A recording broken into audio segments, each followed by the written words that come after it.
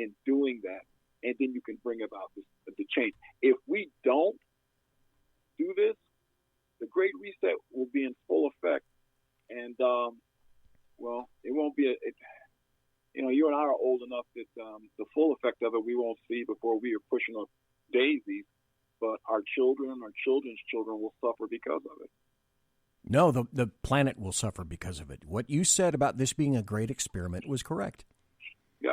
And when you bring down the United States of America, no matter what you say, because frankly, at that point, I don't really care. When you bring down the United States of America, you bring down the rest of the planet. And evil will win. Evil will win. You either believe this country is good or you believe it's evil. Those who believe it's evil, go. Just go. But you won't. You're going to impose your will. There is no such thing as coincidence anymore. This all dovetails. We're the only nation that rectified a heinous practice called slavery. Slavery was a global thing. It just happened in America. It wasn't the biggest even in America. If you read your history books, you know that. But we as a nation fought amongst ourselves. And if I remember correctly, it's still the largest quantity of loss of life in American history took place with the Civil War. Antietam, the Battle of Antietam, 58,000 people, 58,000 Americans at Antietam died in one day. That is one Vietnam. We lost 58,000 people, American, U.S. citizens, in Vietnam over a course of a number of years. We killed 58,000 American citizens, blue and gray, on one day at Antietam. 58,000 Americans died. And yet you have folks that want to say, well, no, America, it was really about states' rights. Well, look, those other things factor, but if you look at the core documents of the Declaration for the Confederates, slavery was in there. And so we, and I learned this, I was studying about William Wilberforce, right? And what he did. He was one person, but because he stood his ground and what have you, and England got rid of the practice. America fought a war, tremendous loss of life, to rectify a wrong. To see evil, and I'm sure you know this, brother, evil does not go away quietly into the night. Evil are like weeds. And I learned this years ago, and I say it on my show, that our job is to tend to the garden. And I lived in the wine country in Northern California, so I was blessed enough to have a little farmhouse sitting on about 10 acres with mature vineyards. And I watched those vineyard owners, so the ranchers who own that land, work those vineyards. And I asked them, I said, well, hey, what are you guys doing? Well, we got to weed the vineyards. And so I said, well, why don't you just get yourself some weed be gone and spray it and get rid of those weeds. Oh, no, we can't do that because the weed be gone gets down on the soil and then it affects the roots for the vineyards, for the grapevine, and you'll have grapes that taste like weed be gone, right? And I said, he said, we've got to go out there and physically work that and remove those weeds. There's mechanical things that we can do, but ultimately it's like by hand to produce the best wine. I never forgot that because it's like I remember the Lord showing me to see that's like sin, which is evil. That's all, sin is just evil. Evil people, evil agenda, anti-God, whatever you want to call it. And it never goes away, but you can keep it in check. No, you will have to fight it forever. Forever. Yeah, you got to fight it. You've got to fight it. And you got to do it on a consistent basis. You can't sit on your butt and say, well, we've done a good job and go away, because it continues. Because the whole thing with the emancipation and Reconstruction was, okay, we've done that job. Well, no, evil rises back up. We know what Woodrow Wilson did and others when the rights and privileges were taken away from blacks after Reconstruction, and we went into Jim Crow and all that. It's because we thought, okay, the job's been done. No, you have to continually fight. And here's the deal. I'll say this and shut up. I think that's where we find God. Because there's something about fighting there's something about being in the battle that I think improves your character. You know what I'm saying, bro? You produce a better person. You look at anybody that starts lifting weights, and they might be scrawny, but if they consistently lift weights, push back on the heavy weight, the byproduct is they build muscle. So we must fight and continue to fight. You know, it's evil country and what they did to us, and they'll pour us and all this other stuff, and it drives me absolutely up the wall. Yeah. We're a great nation, and we've done great things. My friend, and I'll say this and shut up. His name is Neil Mammon. Neil is co-founder of Every Black Life Matters. And Neil showed me statistics that show that because of what common sense America or common sense people throughout the world, which I call people who have a basic faith in God, what they've done historically in the world is protected the world from some of the most heinous things that could happen to a people in the history of the world. You know, we had 2 world wars and dubious other things that were done, and because common sense people, if you just use Israel as an example, with the things that took place in Africa, it was in Entebbe when Idi Amin was doing his thing and so forth. Yes. That rose up and pushed back on the evil, and people benefited from it. That's what America is really about, and that's what I love about this nation, and is why that I'm content to continue to fight for it, standing with brothers like yourself and those of your listenership out there across this great nation and internationally. I mentioned Antietam just for a second. There was a point that I'd forgotten. As many Americans died in a single day at Antietam in the Civil War as died in the entire war for independence in one day. One day. And as you reminded me of this quote from Edmund Burke, and people poo-poo this to their own detriment. But he said the only thing necessary for the triumph of evil is for good men to do nothing. Do nothing. That's it. And as I indicated, I am completely disabused of coinkydink.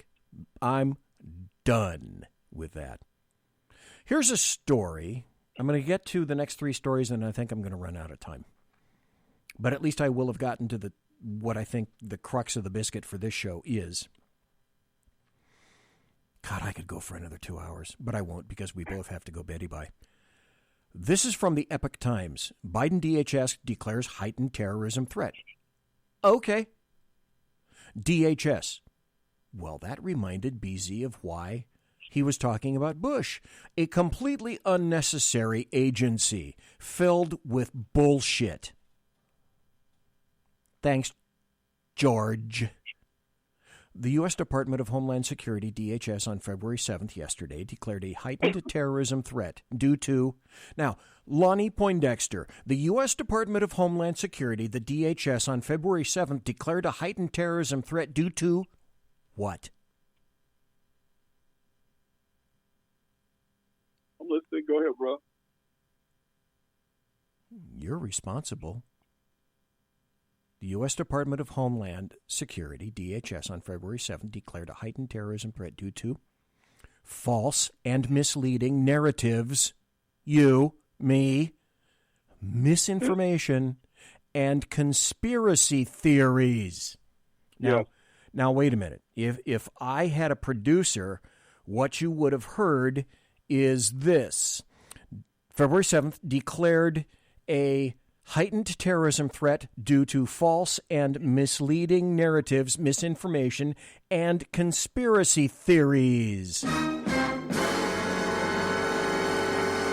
But I don't have a producer, so that's not what you heard. Meaning the DHS, I speak leftist, so I'll translate for you. What that means is you people who believe in the U.S. Constitution, the Bill of Rights, due process, and the rule of law, you're responsible because you're not doing exactly what the government tells you precisely when the government tells you to do it. Now it falls into the, but wait, there's more category.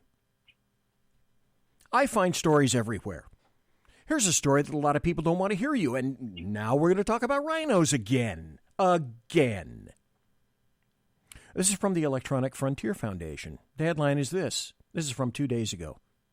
It's back. Senators want Earn It bill to scan all online messages. What? Oh, wait till I get to the good stuff. People don't want outsiders reading their private messages. I don't. Lonnie, do you? No. Not their physical mail, not their texts, not their DMs, nothing. It's a clear and obvious point, but one place it doesn't seem to have reached is the U.S. Senate. Oh, now listen to who's working in concert with someone. A group of lawmakers led by Senator Richard Blumenthal, Democrat out of Connecticut. Okay, you'd expect that. And Senator Lindsey Graham out of South Carolina have reintroduced the Earn It Act, an incredibly unpopular bill from 2020 that was dropped in the face of overwhelming opposition. So let's be clear, okay? Because nothing kicks opacity to the curb like clarity. The new Earn It Act would pave the way for a massive new surveillance system run by private companies that would roll back some of the most important privacy and security features in technology used by people today around the globe. It is a framework for private actors to scan every message sent online and report violations to law enforcement. And it might not stop there. The Earn It Act could ensure that anything hosted online, backups, websites, cloud photos, and more is scanned. The bill empowers every U.S. state or territory to create sweeping new internet regulations by stripping away the critical legal protections for websites and apps that currently prevent such a free-for-all, specifically Section 230. The states will be allowed to pass whatever type of law they want to hold private companies liable as long as they somehow relate their new rules to online child abuse. I.e., this is BZ saying, now, BZ, when did you stop beating your wife? Prove it. Prove a negative. Good luck with that. Go ahead. The goal is to get states to pass laws that will punish companies when they deploy end-to-end encryption or offer other encrypted services. Now, when you're talking about this stuff, this is a topic that Mike Fitzpatrick could probably clue me into. Oh, yeah. But wait. There's more. Just a couple of days ago, oddly enough, the same day, February 2nd, this is from usnews.com. This is not a right-leaning organization. Here's the headline. FBI confirms it bought spyware from Israel's NSO group. Now, before I go into this story, let me tell you one thing already. Though I worked for federal law enforcement, I still speak to some people in federal law enforcement. I will never name them. But I will say this. When I was with the FBI, all comms, Airtels, etc., what used to be called Airtels, were the responsibility of the NSA. And we had NSA encryption in each office so that we could communicate clandestinely when necessary to other individuals, agencies, etc. And having worked, let's just say other venues, you and I well know that in, I believe it's somewhere in Colorado, is the NSA's new big building to supplant and support their big building in Virginia. And in this building, it's rumored, okay, this is BZ doing air parentheses, not a rumor, that everything becomes take in that building. Yep. And the server banks in that building are legion. And they take everything. Yes, they do. You heard it here first. Okay, let's go back to this story, because now this is official, because the headline is, the FBI confirms it bought spyware from Israel's NSO group. The FBI has confirmed purchasing NSO Group's powerful spyware tool, Pegasus. When you hear that word, your little ears should perk up. Folks, Pegasus, whose chronic abuse to hack journalists, dissidents. Oh, who are the dissidents now, folks?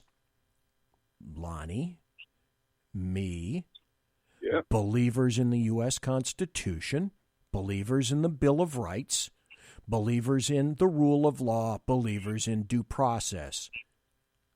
We're the dissidents.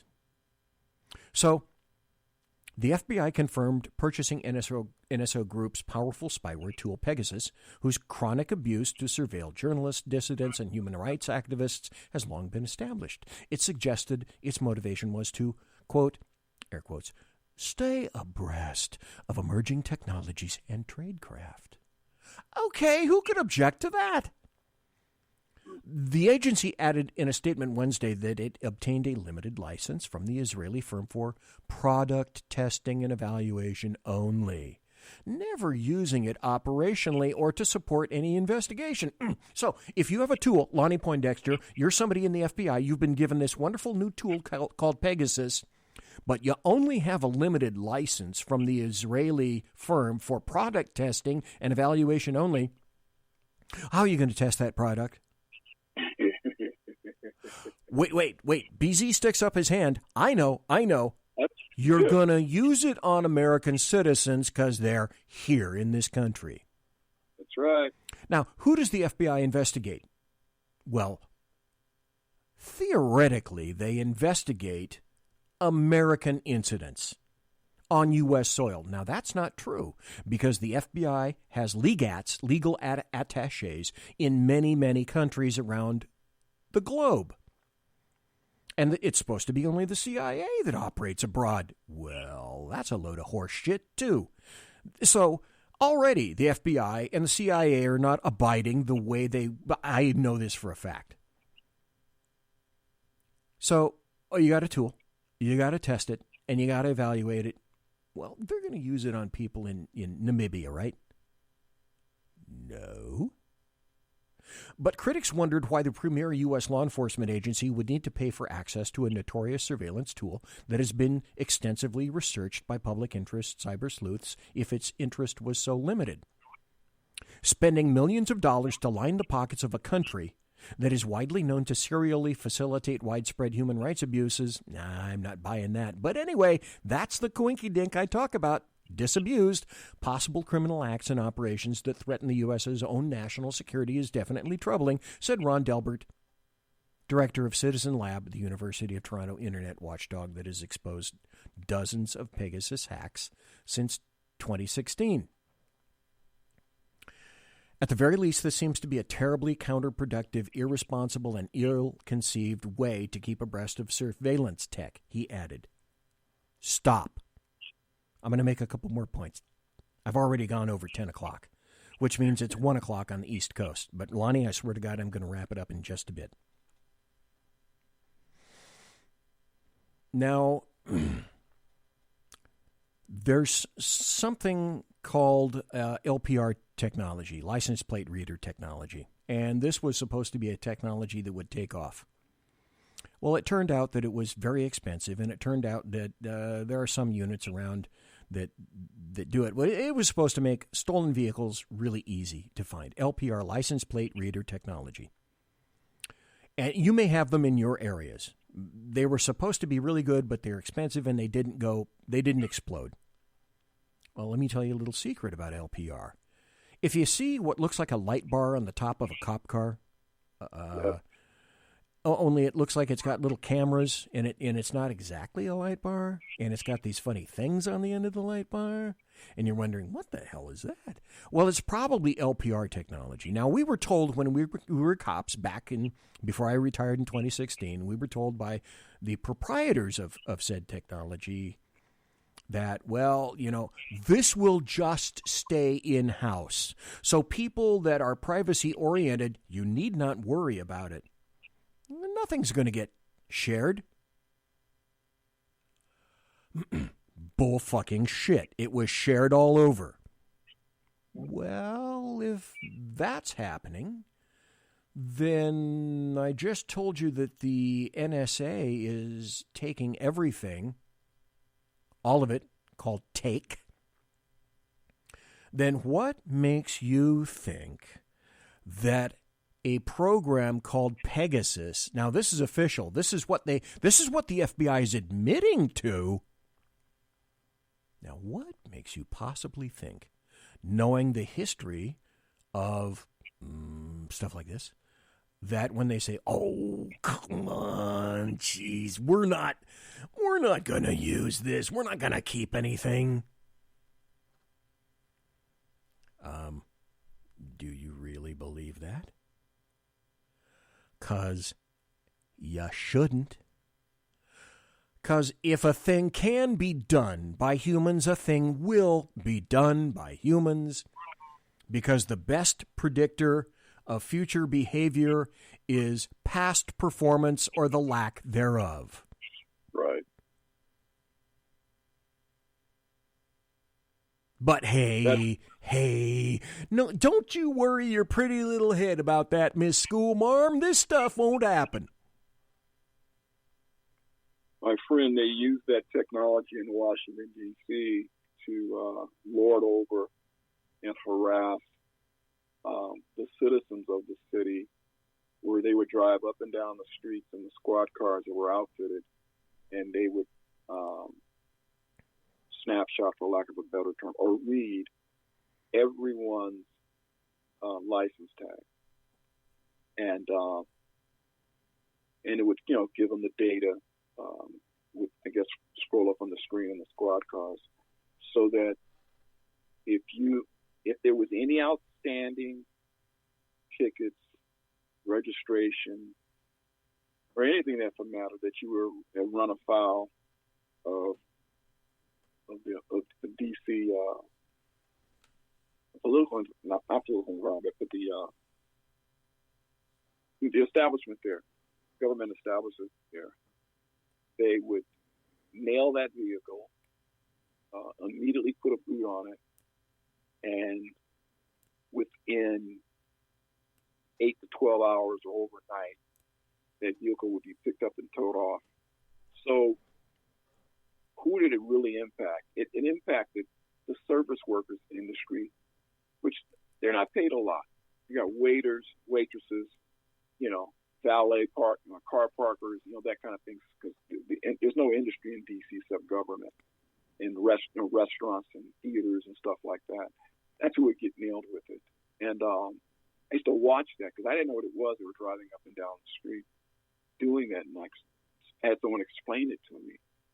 And I said, that's intrusive. If your tags are current, why are they even, reading your license plate? But that's what they did, man, because it was a revenue generator. And they brought in millions of dollars a year utilizing that technology. And as I stated earlier, with big data analytics, they can literally store all data on all people at all times and retrieve it quickly if they need to retrieve something. Whereas in the past, it's going to check back in a few hours and we'll have that data stored on a server someplace. No, they can pull it from anywhere. It's within their greater network for anything that they want to do. And you and I both know how these bureaucrats are. They chomp at the bit with that kind of power. Well, absolutely. And people have said to me, and back when I used to give my email on the air, I don't anymore for a host of other reasons. Back when I used to, I would get emails from people saying, BZ, you were in law enforcement. You should be supporting law enforcement. You should be supporting things like this. You should be supporting ways and means of getting criminals off the streets. Okay, I do. And I did my job for 41 years, but here's how I did it, because to me this was vitally important. When I took my law enforcement oath, I took it seriously, and my job was not to abrogate the Constitution, specifically the Bill of Rights, to afford people due process and to operate under the rule of law. And I trained my students that way, my recruits that way, my trainees that way as well. And what I believe in, especially now, was, okay, if you want to go get something, then you can go get it, but delineate your need, craft your affidavit, your hero submission, your hero file of what you've done. You're being a domain expert in an SME or subject matter expert in blah, blah, blah. But if you want a search or an arrest warrant, do what I did. Go write a warrant and get it signed by a fucking judge. Just like I did. Due process. Yeah. And if you don't, then you are dishonoring your law enforcement oath. I have to support law enforcement when I can. When law enforcement screws up, and that's a talk for another day, then when you see, the first one is the video that comes to mind of a cop running after some black dude, and he shot him from about 30 or 40 feet away in the back. That video was very, very clear. Okay, everybody could see that video, and they put that cop away, and I said, yay, that's good.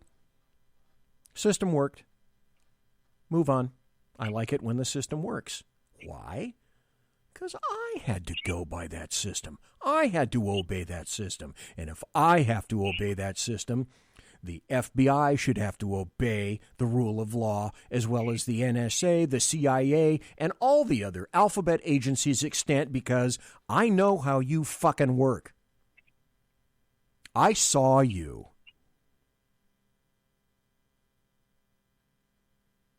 And that's about the end of that. Lonnie, oh my God, could I go on? But you know what? That means those are topics for another show. I've got a ton of topics that I didn't even address tonight. You and I will chat on the substrate as to when you might be available to come back. Anything so far tonight that you want to summarize or wrap things up with? And only to say that it's always an honor and a pleasure when I'm allowed to come on your show and learn from the master, and then chime in a time or two. When don't do that. I was drinking a Monster, and you almost made it come out my nose. Hey, I'm just telling the truth as I see it. But it's always great. I always learn something. And you always stir me up and get me worked up where I'm just ready to fight. Not you, but fight for truth. So to your listeners out across this great nation and internationally, I had the pleasure of getting a chance to meet him. We knew of each other for years, the electronic media, but to be a chance to break bread with him and spend time behind the microphone with him is always just a tremendous joy for me. So thank you, brother, for having me on the show. And anytime you need me, I'm there. Okay. Well, thank you very much. Lonnie Poindexter, folks. That is Lonnie Poindexter. You could do me one favor, though. If you said that you had people who were going to try to call in, could you let me know if in fact, they tried to call? Because my phone over here did not go off, so that means I've got a problem that I'm going to have to research. So can you let me know a little bit later if the people you were talking to did in fact try to call? So then I'm going to have to attempt to backtrack the issue. There's pretty obviously an issue there, because I would love to be able to talk to people. I would love to have people speak on the show and talk to you and talk to me and talk to any of my other guests. But it's a conspiracy theory, my brother. I think that there may be the left-leaning tech weenies have done something to commandeer the number or something. I don't know. In this instance, I think it's pretty much me. It's you, huh? Okay. Well, folks, that's Lonnie Poindexter. I'm BZ. Thank you for being here tonight. And I go out like this, lusting for more time for speaking and being with you, and we're going to have to wrap it up like this, of course. Monsieur has unlocked!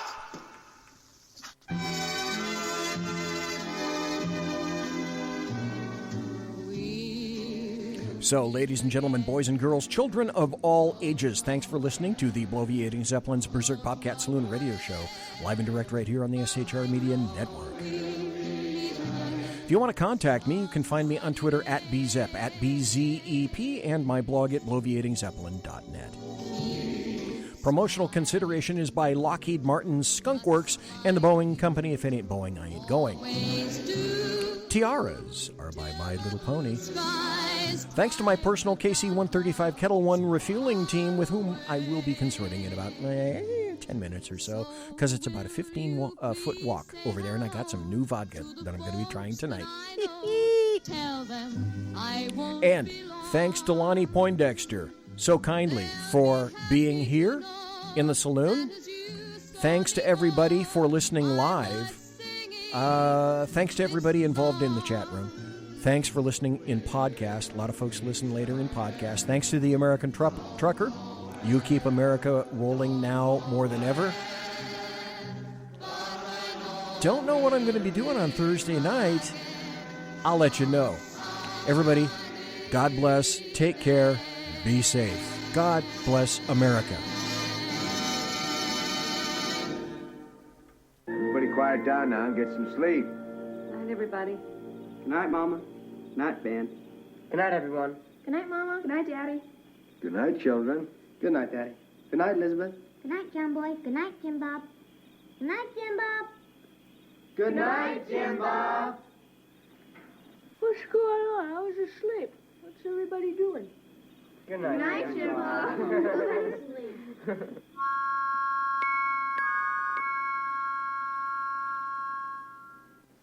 Good night, and good luck.